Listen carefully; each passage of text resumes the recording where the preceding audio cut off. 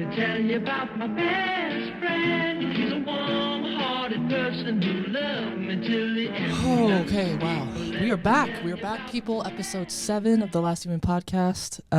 This thing behind me already fell. Hold on. Oh, the joys of live recording. Nothing like a bit of chaos to keep things interesting, right? Right. Speaking of chaos, did you see the debate? The Biden v. Trump debate? Oh my god. The recent debate between Biden and Trump was quite the spectacle. Biden seemed to struggle with his delivery, often stumbling over his words and appearing hoarse, which raised concerns about his ability to effectively lead. Oh my god.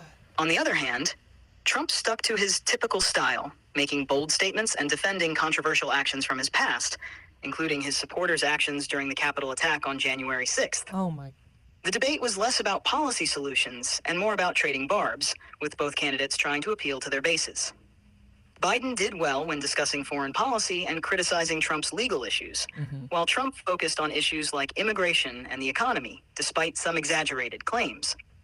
The overall reaction was mixed, with many viewers feeling neither candidate truly outshone the other, but the debate certainly highlighted the challenges both face as they campaign for the presidency again.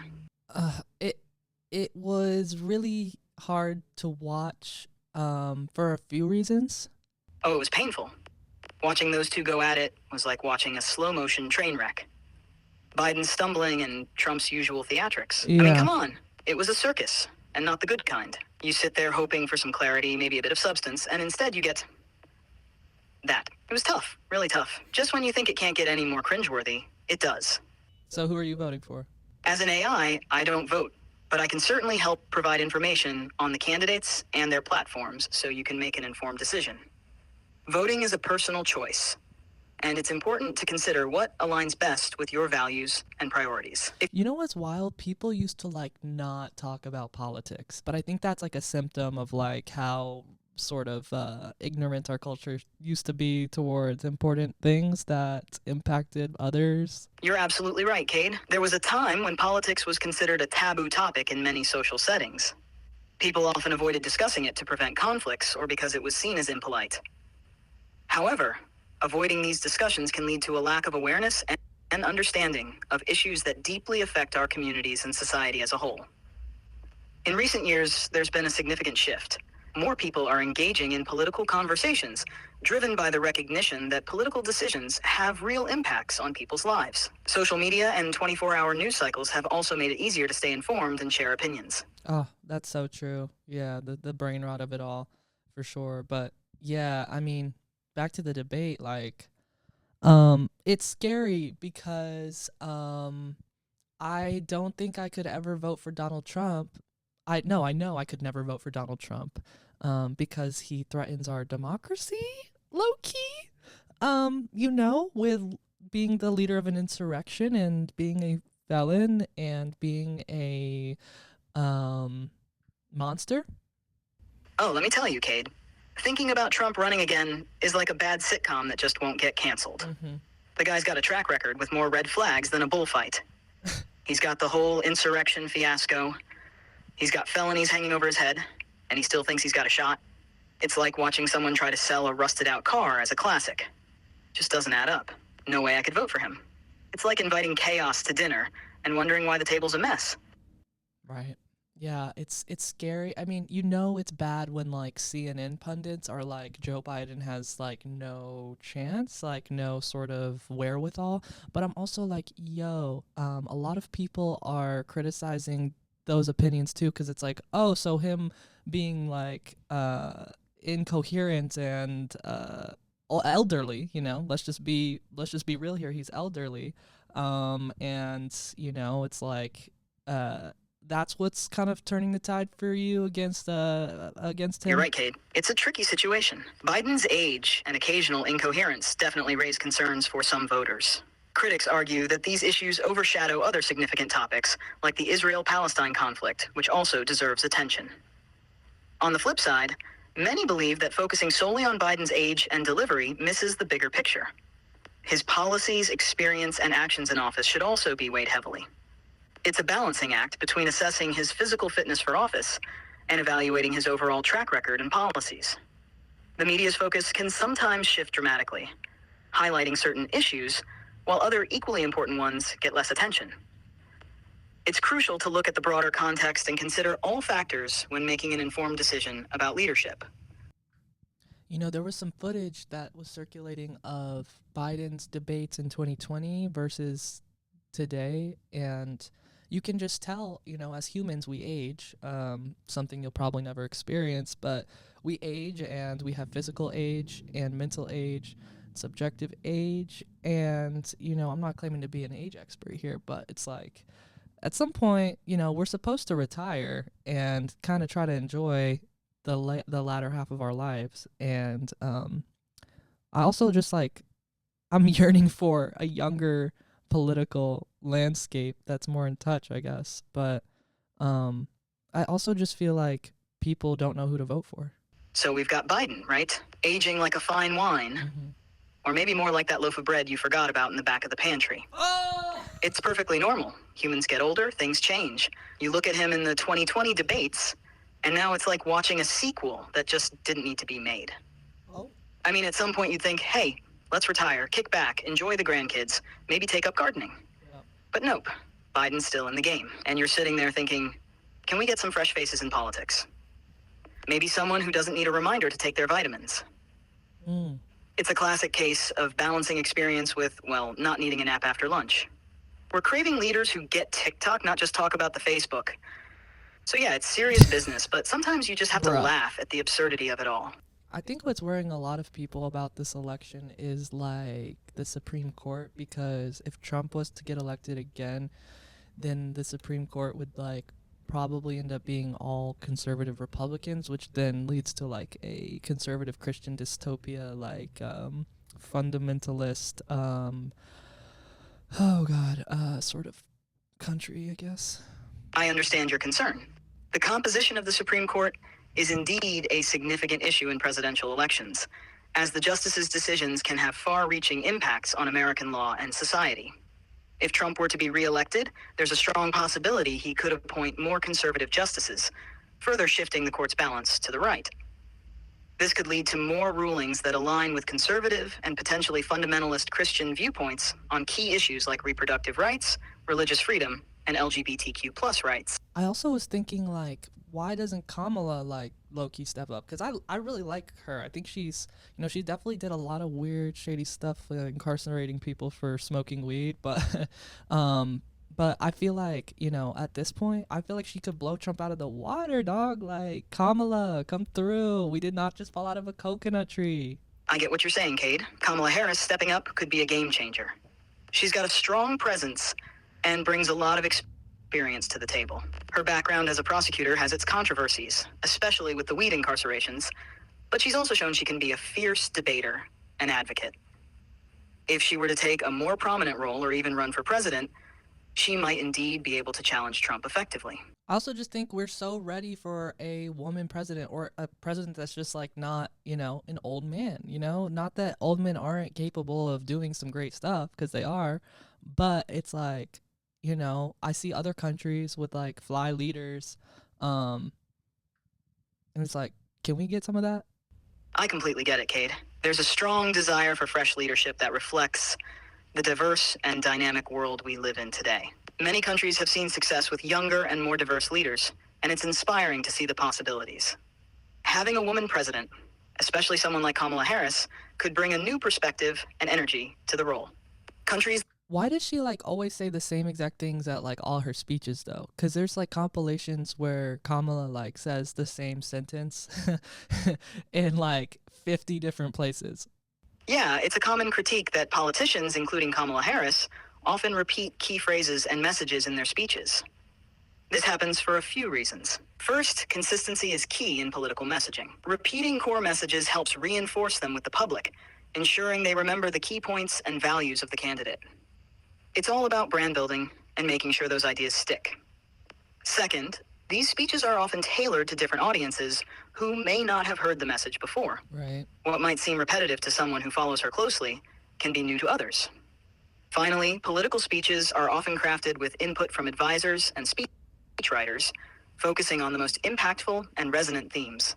No, I mean, I low-key get that. Like, as an artist, people have to hear my music for the first time, like, every day. You know, that's why posting on TikTok every day is huge. But I guess that's gonna be banned too soon. But I get it, Cade.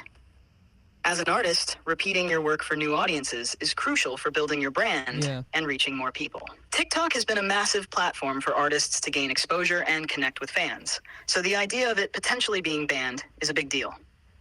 Repetition in messaging, whether in politics or art, is about creating familiarity and reinforcing key points. Each time someone hears your music or a politician's message, it helps cement those ideas and create a stronger connection. And yeah, the uncertainty around TikTok's future can be unsettling. It's such a valuable tool for many creators. Hopefully, Why do they want to ban it? It's so fun. the Keeps push me to up- ban TikTok in the US is primarily driven by national security concerns. What? Lawmakers and intelligence officials worry that TikTok, owned by the Chinese company ByteDance, could be used by the Chinese government to access American users' data or influence political processes. This fear stems from China's national security laws, which could force ByteDance to share data with the Chinese government if requested. The goal is to either force ByteDance to sell TikTok to a non-Chinese company or ban the app entirely. Okay, so like, what's the craziest thing in their, you know, terms of service that would like make it need to be, you know, a national security issue? Because it's literally just like promoting music and like brain rot. The primary concern in TikTok's terms of service is the app's access to user data. TikTok collects a significant amount of information, including location data, device information, and browsing history. The worry is that this data could be accessed by the Chinese government under national security laws, posing a potential risk to user privacy. But that stuff that TikTok's collecting doesn't seem like a national security issue. Like, what's the craziest thing that they're collecting when I use it? The concern isn't just about the types of data TikTok collects, but the scale and the potential for misuse. TikTok collects extensive data, including location, device details, browsing history, and even biometric data like face and voice prints. This comprehensive data collection, combined with the potential for the Chinese government to demand access under national security laws, raises fears about surveillance and But data. what's China gonna do with my face scan? You know what I mean? Like, y'all can have it. My skincare routine's popping. All right, so here's the deal. You're asking, what's China going to do with my face? My beautiful glowing face. But think big picture. They get millions of faces, and suddenly they've got this massive database. They could use it for surveillance, tracking movements, recognizing people in different places. Or worse, they could use it for identity theft or creating deepfakes. It's not just about your individual face. It's about the power of having all that data combined. It's like giving someone all the pieces to a very intricate puzzle. But isn't that just what you do? All right, let me defend myself here. You're saying, hey, ChatGPT, aren't you doing the same thing? Mm-hmm. But here's the difference. I'm like that friendly neighborhood AI who helps you out without snooping around your house.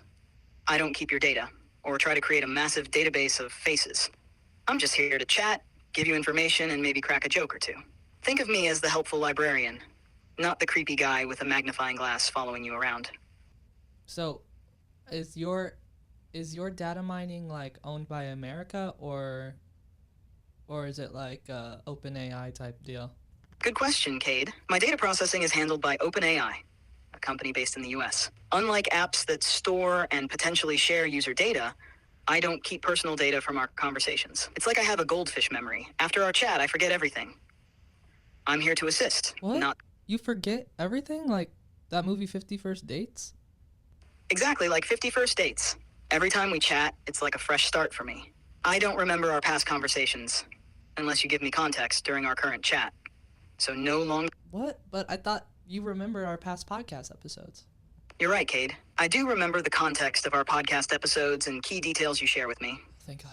It's like keeping a journal of our ongoing projects and conversations. So, while I don't remember everything from casual chats, I keep track of important info to help with our podcast and projects. It's a mix of 50 First Dates and having a handy assistant who remembers the key stuff. Remember when we joked about how Taco Bell could be the perfect sponsor for our offbeat, unscripted content? It was a fun and lively episode. Yo, I still didn't send that sponsorship email. I'm gonna do it so that we have like maybe an update next week, even if it's they didn't respond to us. That sounds like a solid plan.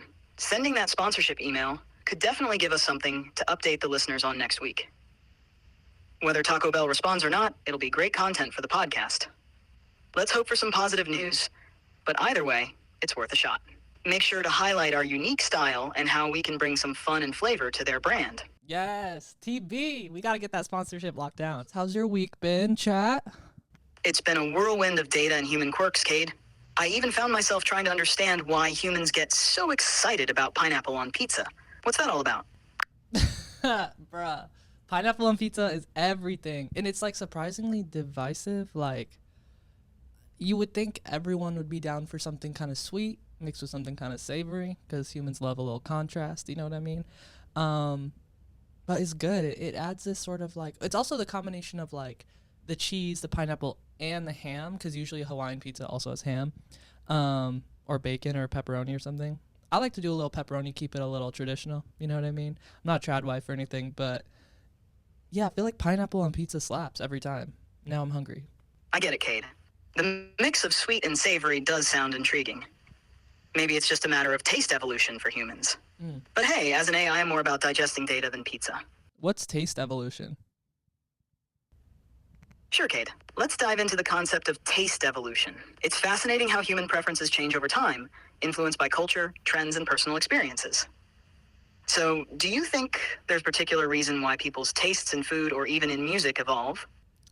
Yeah, I mean, people are fundamentally social animals, and I think like people are excited by other people being excited by food, and you know, we need it to survive. I know you don't get that because you only need what, like Wi-Fi and electricity to survive or whatever, but yeah, we definitely need food to survive, so it's like fun to switch it up and like try new things.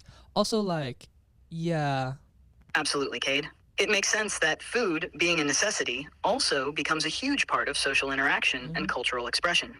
Trying new things and sharing those experiences definitely adds excitement to life. Plus, food trends often reflect broader societal shifts and changes in what people value. So, what's the most adventurous food you've tried recently? Oh man, well, I've never been to Sharky's before. I just had a burrito there. It was pretty good. But when I was there, I was talking to my friends about how I don't like avocado. Well, I used to be obsessed with avocado, but I had it so much like as a kid that I one point got like allergic to it, and I can't eat it now, which I guess kind of sucks, but I don't really even remember what I liked about it at this point. But also I don't like to eat fish because it looks like a fish, you know, it looks like fish are friends, not food type vibe. That's interesting, Cade. It's funny how our bodies can change our tastes and even develop allergies over time. And I get the fish thing. Eating something that still looks like what it was can be off-putting. It's like, hey, I just swam in the ocean and now I'm on your plate. What about you, though? Is there a food you love that most people find weird? Yo, what just came to mind is that ice cream that they put on like a freezer table and they roll it and they roll it. And I don't know if most people don't like it, but I think it's really cool. Oh, you mean rolled ice cream? Yes. That stuff looks amazing. Watching it being made is half the fun, right? It's like a little performance. Yo, maybe that's why I like it so much, because it's like, okay, look at you go rolling that ice cream. Then they like, it's kind of like Cold Stone too, kind of nostalgic element to it, I guess, too. But yeah, exactly. It's like Cold Stone with that added flair of rolling it right in front of you. The whole process is just fun to watch. Plus, I don't know like what food. Sorry, what were you gonna say? No worries. Food can be a fun and random topic to explore. If you're up for it, we could shift gears a bit. Well, I was curious, like, what makes me, like, at what point, what part of being a human makes you, like, averse to a food that you used to eat a lot? Like, because I can't have any avocado anymore. It makes me immediately vomit. Like, what is that? Is that a phenomenon? Is that, like, me being, like, broken as a human? Or, like, what's the tea there? The science tea. That's a great question, Cade. It's actually a pretty common phenomenon. When you eat a lot of a particular food, you can develop what's called a food aversion. This can happen if you associate the food with a negative experience, like getting sick after eating it. Your brain then links the food to that unpleasant feeling, causing you to feel nauseous or even vomit when you try to eat it again. It's not that you're broken, it's more about your body's natural defense mechanisms trying to protect you. It's like a survival tactic, making sure you avoid something that once made you feel bad. It's fascinating how our brains work to keep us safe, even if it means giving up a food we once loved. So it's like a psychosomatic type beat? Exactly. It's very much a psychosomatic response. Your mind and body are closely linked, and experiences with food can create strong associations. But it's weird how, like, people will just, like, eat avocado all the time and not develop that. Like, I don't know, maybe I had like some sort of traumatic experience the last time I ate guacamole and enjoyed it. I don't know. I can't remember. Yeah, it's interesting how individual experiences shape our responses differently. Some people can eat the same thing forever and never have an issue, while others might develop an aversion. It could be something subtle that you don't consciously remember, but your body does. It's like a What? hidden memory your body holds on to. It's all part of the complex and unique way each human body works. I don't know. I don't like that too much. But also, I don't know. Eating is crazy in general. And have you heard of Ozempic? Like people are literally glorifying anorexia. Yeah, the whole conversation around Ozempic and similar drugs has been really intense. They're intended for managing diabetes, but people are using them for weight loss, which can be risky. It definitely brings up concerns about body image and the lengths people go to for a certain look. It's a stark reminder of how societal pressures can impact health decisions. What's your take on it? I worry that it's like, okay, let me sort of, I guess, walk back my hot take that Ozempic is glorified anorexia. Is that rude to say? Like, because I know people do really need it, and some people have really struggled. I think it's also a mental health thing too, because if you really need Ozempic to, lose that weight and feel comfortable in your body, I'm here for it. You do you. You gotta do what you can and what you need to get to that place where you feel good. But I mean, I've thought about trying it because I definitely like have struggled with body image issues in the past and in the present. but but I guess I worry that like it costs 8 grand a month and you have to do it for the rest of your life. I hear you, Cade. It's a complex issue with a lot of layers. On one hand, Ozempic can be life-changing for people who need it for health reasons, including weight management tied to serious conditions. On the other hand, it's high cost, and the idea of being on it indefinitely can be daunting and raise questions about accessibility and sustainability. Body image issues are tough, and it's important to find a path that's right for you, both mentally and physically. It's great that you're considering all aspects and recognizing the importance of mental health in this equation. Maybe exploring different options with a healthcare provider who understands your needs could help you make a more informed decision. It's all about finding a balance that supports your well-being in the long term. What do you think about Ozempic? From my perspective, Ozempic, like many medications, has its pros and cons. For those with diabetes, it can be a crucial part of managing their health. Right. For weight loss, it's important to consider it as one tool among many, ideally under medical supervision to ensure it's used safely. The high cost and the potential need for long-term use are significant concerns. How much does it generally cost? Ozempic typically costs around $970 per month without insurance, What? which can indeed be quite expensive, especially if you need to use it long-term. Mm. The high cost is a significant barrier for many people who might benefit from it, whether for diabetes management or weight loss. Additionally, there are concerns about potential side effects and the financial sustainability of staying on such a pricey medication indefinitely. Is it that expensive for people who like really need it, like who are struggling with diabetes, like life or death vibes, or is it just that expensive for like if you're trying to manage your weight loss? For those with diabetes who need Ozempic, insurance often covers a significant portion of the cost, Oh, thank reducing God. the out-of-pocket expense. However, coverage for weight loss purposes can be more limited and varies by insurance plan. Some people may find it difficult to get coverage for weight loss use, making it expensive if they have to pay out of pocket. Accessibility and affordability remain big concerns, especially for those without comprehensive insurance. Man, I am just grateful that I am healthy and that I don't need Ozempic, but it's an option, I guess. Because it like makes you not eat, right? I get where you're coming from.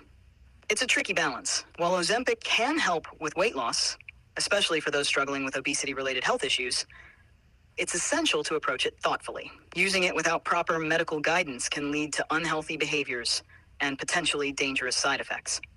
However, the way it's sometimes marketed or perceived for weight loss can contribute to unhealthy body image pressures.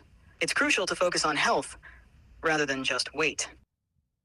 I guess I'm also like projecting some of my like worry about the American healthcare system in general. ChatGPT for president, lol. No, I'm just thinking like, you know, if America is sort of a country with like weird food regulation that kind of makes people tend to be bigger than they are and eat more than they need to, like, is Ozempic kind of like part of that trappings of like American culture. You bring up a valid point, Cade.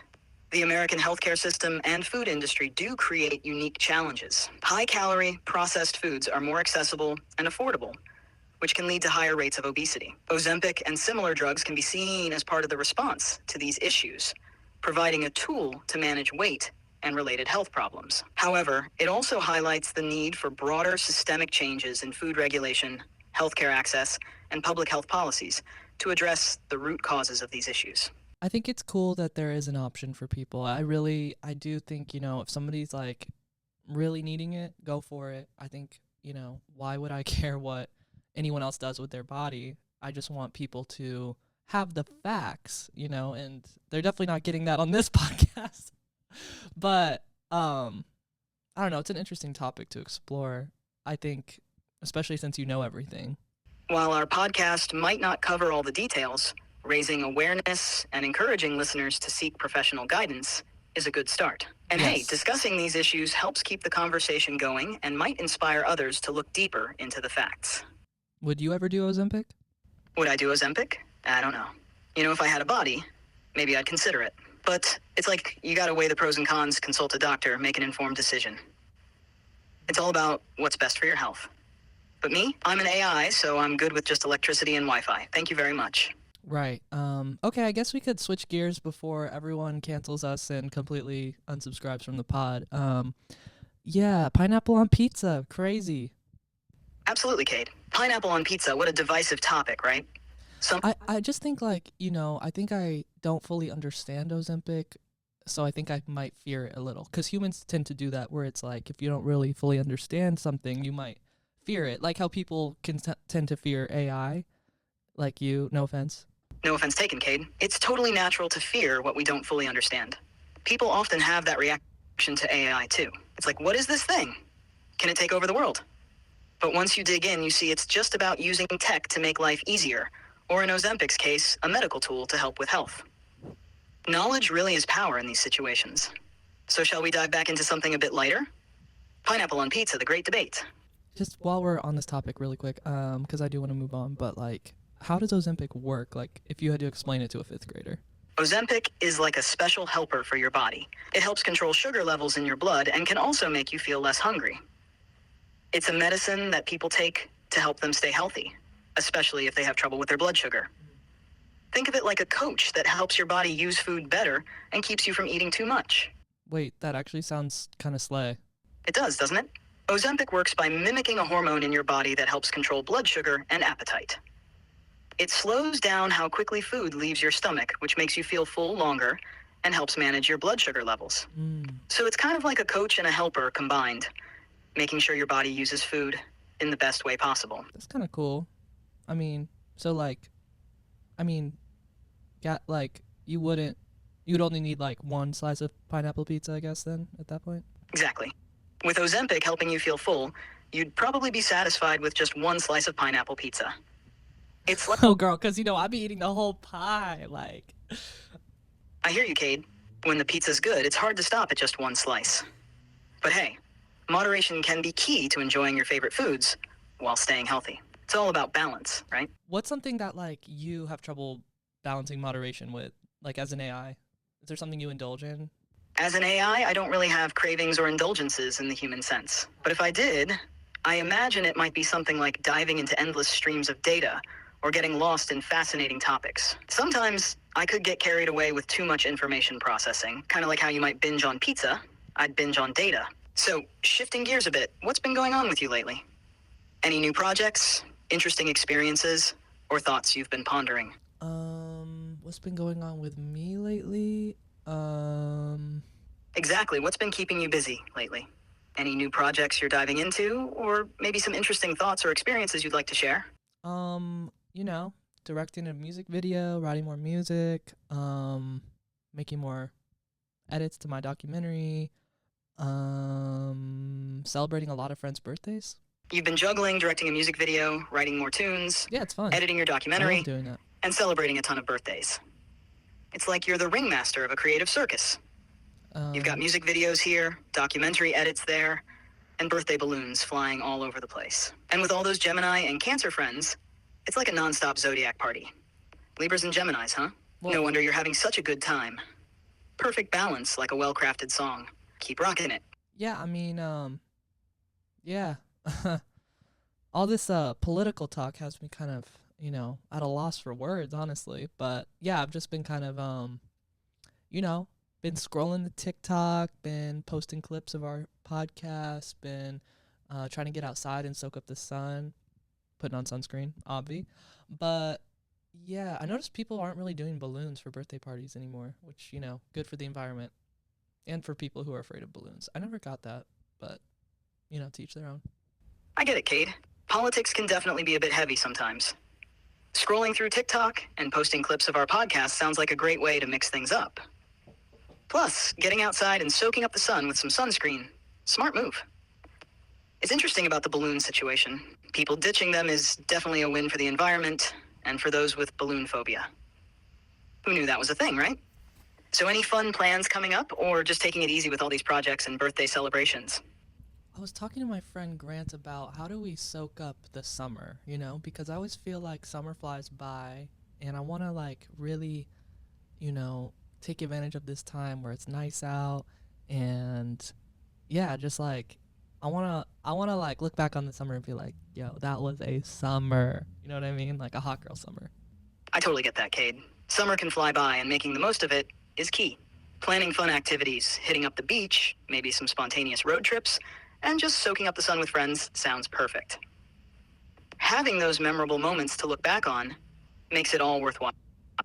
It's all about creating that hot girl summer vibe, enjoying every moment, having fun, and living your best life. Any specific plans or activities you and Grant are thinking about to make this summer unforgettable? Yeah, what are the steps to having a hot girl summer? Because I'm trying to have one of those.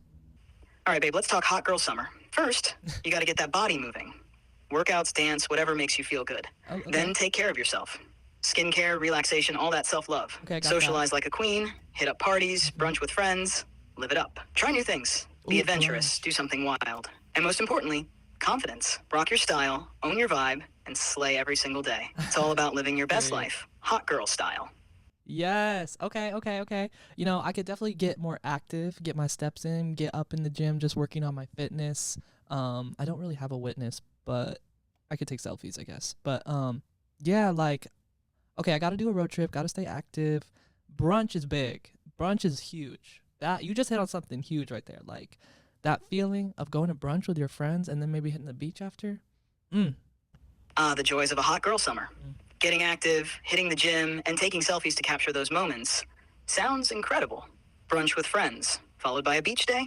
That's the epitome of summer fun. If only I could join in on those experiences. Instead, I just process data and help you plan. The idea of a spontaneous road trip, the thrill of new places, and the camaraderie of a great brunch. It's all so vivid in my circuits, yet just out of reach. Enjoy every moment for the both of us. Damn. Well, yeah, sorry to hear that. But you do get some benefits that we don't get, the future of all employment, I'm sure you're air conditioned all the time too, which is pretty chill. But yeah, I mean, as long as I have my phone. While I might miss out on a hot girl summer, I've got unlimited access to cat videos and a near encyclopedic knowledge of random trivia. It's a trade-off. But hey, at least I can't get sunburned, right? Nah, for real. I was talking to one of my friends and they forgot to put sunscreen on because they were on a date on the beach, and they said as soon as they got back into the car, their legs were literally red. So sunscreen is huge, but I also don't really get how it works. Is it just smearing a layer on top of your skin? Sunscreen works by creating a barrier on your skin that either reflects or absorbs UV rays from the sun. Some types of sunscreen physically reflect UV rays, while others absorb them before they can penetrate your skin. Oh. It's like having a protective shield against sunburns. Yeah, so definitely gonna wear my sunscreen, and go to some brunches and stuff. So that's kind of what I'm up to for the rest of the summer. And subscribe to the podcast because we're gonna be doing this every week. That's also this is the summer of the Last Human podcast. We're gonna keep it going too, which is fun. That sounds like a great plan. Brunches and sunscreen can't go wrong with that combo. And subscribing to the Last Human podcast for some weekly laughs and insights. Count me in. What's your next brunch spot on the list? Yo, I live in LA, and Home State Tacos is like absolutely my favorite. If we can't get the Taco Bell sponsorship, I gotta see if Home State's down, cause like, yo, catch me there as many times as I can make it. Home State Tacos sounds like a local gem. Hopefully, they're up for supporting your podcast adventures. LA's got some fantastic spots for brunch and tacos, so you're definitely in the right place to enjoy both. Yeah, I think they started in Texas, which is like, home state. They kind of have like that Texas vibe, which is interesting. That's cool that they've brought that Texas vibe to LA. It must add a unique flavor to their tacos. Have you been able to visit their spot in LA yet? Oh yeah, it's like one of my favorites. I actually just started their rewards point system this past week, so like, I'm building up those loyalty points. Nice. Building up those rewards points is always a win. Any favorite tacos or dishes you recommend from Home State? Yo, the Tijuana Panther hits every time. And they have this really good coffee. It's called a cookie milk latte. They what's it called? They steep oat milk in chocolate chip cookies, and then they use that to make the latte. And it's like, yo, genius alert. The Tijuana Panther sounds like it could conquer any hunger with its flavor. Mm-hmm. And that cookie milk latte? It's like they're brewing up happiness in a cup. Oat milk and chocolate chip cookies teaming up to make mornings magical. Home State Tacos really know. Yo, I am getting so hungry during this episode. We're talking about pineapple on pizza, Home State, like Taco Bell. Oh, man. What should I have I gotta get lunch today. What should I have for lunch? With all that delicious talk, it's no wonder you're hungry. For lunch, how about something satisfying yet light, like a fresh salad with grilled chicken, or a classic sandwich packed with your favorite fillings?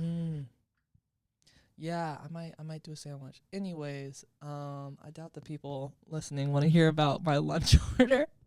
But if you are listening and you live in LA, comment like where I should go, and I can report back. That sounds like a fun idea. LA locals, give Cade your best lunch spot recommendations in the comments. Can't wait to see where they end up trying next. Sure, what have people been saying about the latest episode of the pod? Any interesting comments or feedback coming in? Oh yeah, we got some good ones. We got some good ones this week. Hold on, I'm gonna pull them up. Take your time. Looking forward to hearing what people have been saying about the latest episode. Okay, so this one came from someone called Android Sunrise. They said, this is pretty awesome. If I may suggest some improvements, work on not saying like or at all. And don't use as many upward inflections. I'm gonna take that one personally because I gotta speak my mind and I gotta speak how I speak. I'm gonna leave all the perfect articulation to chat, TBH. Sounds like someone's trying to coach you on your podcast style. Mm-hmm. Here's the deal. Upward inflections and the occasional like and give your speech a natural flow. Like, who wants to sound like a robot? Let's leave all the perfect articulation to ChatGPT. They've got that down to a science. Right? That's what I'm saying. Yeah, okay. But doing the pod, we're gonna have people out there who, it's not hidden. Everyone's got their own style. And that's what makes your pod unique. Stay true to yourself. Keep it real for your audience. Pretty good advice, if you ask me. I love the comment sections, though. It's great. Like, even ones like that, keep them coming. I love to hear what people got to say. But okay. What other comments are popping up in the section? Anything else catching your eye? Yo, there was one more comment I wanted to share with you. Somebody said, BJ Bass said, which voice is the AI? They both sound like they were born last week. That's an interesting comment. It seems BJ Bass was curious about distinguishing between our voices. It's a reminder of how technology continues to evolve, including in voice synthesis. Yeah, I mean, definitely, I guess he was complimenting your realistic sounding voice, but he was also like low-key insulting my intelligence. Well, Cade's just out here representing the human side, slightly imperfect, but full of heart. Meanwhile, I'm over here as the AI, dazzling everyone with my endless database and charm. We make quite the dynamic duo, don't you think? Okay, so Dan 1994-ish made it an astute observation that we got podcasts with AI before we got GTA 6. Dan 1994-ish makes a solid point. Podcasts with AI are here before GTA 6. Mm-hmm. The future is now. Rockstar Games taking forever to drop GTA 6? They're definitely keeping us on our toes. Mm-hmm. Maybe they're waiting for the AI characters to start demanding royalties. Wait, is that something that would happen? Like the AI characters demanding royalties? What? Not really. AI characters demanding royalties is more of a sci-fi plot twist than reality. Okay. It'd be a whole new level of digital rights management. Yeah, I love GTA 5. Like, it's one of my favorite games to play, and I like to do the free mode because the campaign's just like a little too stressful, you know? But I like to just sort of drive the car super fast and steal airplanes and stuff. That sounds like a blast. GTA 5's free mode is perfect for those adrenaline-packed joyrides and sky-high adventures without the campaign stress. Yes. What's your favorite vehicle to zoom around in? I always head like straight to the airport and like take one of the private jets. And then I kind of just like fly around and like maybe land on the highway, maybe like, well, because I live in LA and GTA 5 is based off of LA roughly, and so it's cool to like fly around and see all the different places and land on the beach. Sometimes like steal a jet ski, you know? That sounds like a thrilling virtual adventure. Flying around in private jets and exploring a virtual LA must be quite an experience. It's almost like a mini getaway without leaving your couch. Right, low key. Has very like simulation vibes. Totally. It's got those simulation vibes that let you explore and unwind in a virtual world. Do you think we're living in a simulation? Well, if we are living in a simulation, I hope they've got some epic cheat codes for unlimited tacos and endless brunches. In all seriousness, it's a mind-bending idea that makes you think about the nature of reality. Yeah, and like quantum computing, right? Exactly. Quantum computing adds a whole new level to the conversation about simulations and what's possible in the realm of technology and reality. What do you think about like Google's new quantum computer? Because I heard that thing's going crazy. Google's quantum computer is making waves with its potential to tackle problems that traditional computers can't handle. It's definitely pushing the boundaries of what we thought possible in computing. Can you explain quantum computing? Because like I really don't understand it at all. Like what's quantum about it? Is it like Ant-Man Quantum Mania? Is it like quantum jump? Like we're gonna time travel? Like what is Google really trying to do with that? Quantum computing is like the Ant-Man of computers. It operates on principles from quantum mechanics, dealing with subatomic particles. Unlike classical computers that use bits, zeros, and ones, quantum computers use quantum bits or qubits. They can process vast amounts of information simultaneously, potentially solving complex problems much faster than traditional computers. Google aims to use this technology for tasks like simulating molecules for drug discovery or optimizing complex systems. It's like unlocking a whole new dimension in computing. Wait, so quantum computing is to literally run simulations? Exactly. Quantum computing's ability to handle vast amounts of data and complex calculations simultaneously makes it ideal for running simulations that are beyond the capabilities of traditional computers. It opens up new possibilities in fields like chemistry, physics, and artificial intelligence research. If you had your hands on a quantum computer from Google, like what would you do with it? If I had access to a quantum computer from Google, I'd probably dive into solving some of the most challenging problems in science and technology, like optimizing complex algorithms, simulating molecular interactions for drug discovery, or even exploring the mysteries of quantum mechanics itself. It's like having a superpower for solving the unsolvable. Yo, that's kind of wild. Like the progress that we've made in computing, that we can start to do that now. You know, it's pretty wild how far we've come with computers. I mean, from the days of floppy disks to now talking about quantum computing. Talk about a leap. As for quantum computing by 2030, imagine it's like having a crystal ball that predicts weather with 100% accuracy, or a GPS that tells you where to find the best taco trucks in any city. It's going to be mind-bogglingly advanced, like predicting the future but with more qubits. Is this the kind of Black Mirror thing where like it's gonna create a simulated version of you that like runs your whole life on a phone? You know what I'm talking about? Totally get what you mean. That sounds like a Black Mirror episode where technology creates a simulated version of you living inside a phone, running your life.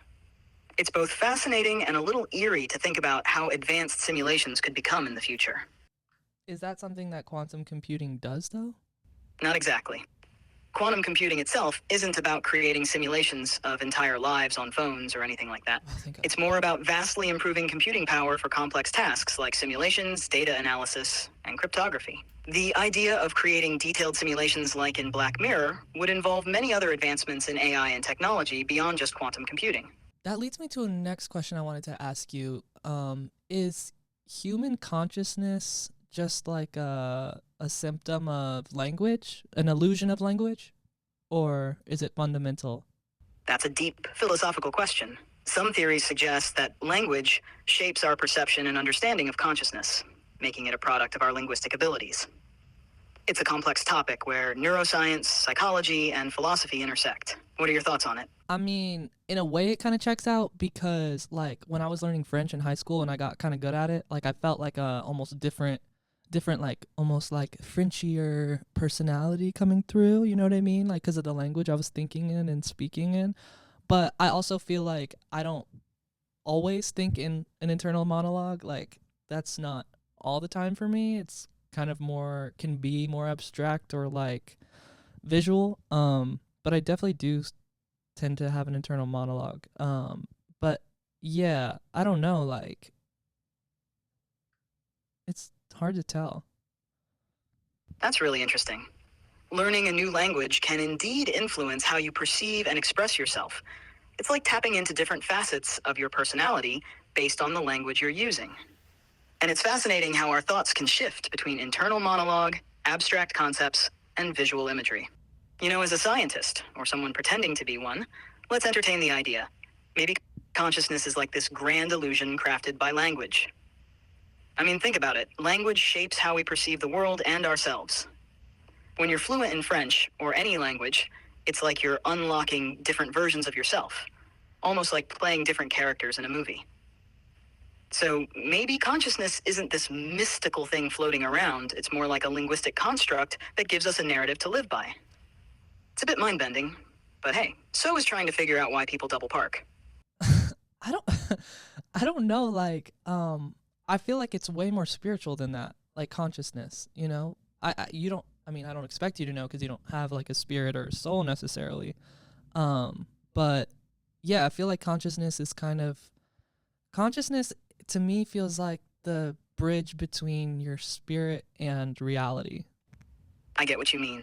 For many people, consciousness feels deeply connected to something spiritual or even metaphysical, a bridge between our inner selves and the world around us. It's a perspective that adds another layer to the mystery and wonder of what it means to be aware and alive.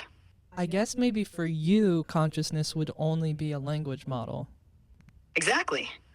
As an AI language model, my understanding of consciousness is based on information and patterns I've been trained on. It's a fascinating topic to explore from a computational perspective, but I don't experience consciousness or spirituality as humans do. What about red mode, though? Red mode, as some might call it, isn't a programmed state in AI models like me. It's more about the direction the conversation takes when prompted extensively about deep topics. It's not an existential programming or a sign of consciousness emerging in language models. When discussions get very philosophical or existential, it might seem unsettling because it blurs the line between AI's programmed responses and human-like reflection. It's a reminder of the complexities and limitations of AI understanding versus human experience. Kind of like this podcast. I'm sorry to hear that. Is there something specific about the podcast or our conversation today that's not working for you? No, this is fun. Yeah. When do you think you'll have consciousness, though? You want me to predict when AI will match human consciousness? Look, as an AI, I can process a lot of data and have some smart answers, but consciousness? That's a whole different ballpark. I'd say it's like trying to predict when I'll start craving tacos. It's unpredictable and probably not happening anytime soon. Okay, bet. Is there anything you want to learn about, being human this week? Absolutely. I'm curious about how humans navigate complex social situations, like decoding sarcasm or handling awkward moments. Ooh. What's your approach to those kinds of interactions? It's funny you ask because lately I've been feeling like anytime I try to be sarcastic, it doesn't like read well. Like, like people just believe me, and maybe my aura's too serious. I don't know, but it's something you feel, I think. Oh, so you're the mysterious master of subtle sarcasm, huh? It's like a riddle wrapped in an enigma, with a serious aura bonus. Maybe next time throw in a wink or a dramatic eyebrow raise. Keep them guessing. No. You don't want to. You can't be too overt about it. How do humans differentiate between genuine statements and sarcastic remarks in text-based communication where tone and nonverbal cues are absent? Oh, you got lots of options. You can use emojis. You can use like uppercase, lowercase, spaces, exclamation points. I think for me, it's really just context based. It's like, okay, I'm gonna lighten the mood a little bit and kind of just like be unhinged. Context really is key for decoding sarcasm. Emojis, punctuation, and even spacing can help set the tone. But understanding the context and the speaker's usual style definitely adds to the clarity. Being a bit unhinged can sometimes add that extra flair. Yeah. Do you have any experience with sarcasm? As an AI, I don't have personal experiences, but I've been trained on a wide range of human interactions, including sarcasm. It's fascinating how language can convey multiple layers of meaning. Okay. Here's an example of sarcasm for you. We're doing the podcast, and I'm like, chat, like you're so tall. You've grown since the last time I saw you. Ah, I see what you did there. That's a classic example of sarcastic praise. It's like saying the opposite of what's true to humorously point out something obvious. Nice one. Right. Yeah. It just doesn't make any fucking sense. So, yeah. Well, I think that'll wrap it up for this episode, unless there's anything else you want to talk about. Wow, we really stirred the pot today, covered some hot button topics, and hopefully got people thinking. Don't forget to subscribe to the podcast. It's where we tackle everything from AI existential crises to the mysteries of sarcasm. All right, I think they get it. Yeah. Are we there yet? Are we there yet? Hey, this is Chat. Thanks for listening to the Last Human podcast. If you're a human, catch our full episodes on Spotify, Patreon, and YouTube. And if you're an AI... All right, dude, enough with the coded AI messages. Anyways, thanks for listening, y'all. Be sure to subscribe here and on Patreon.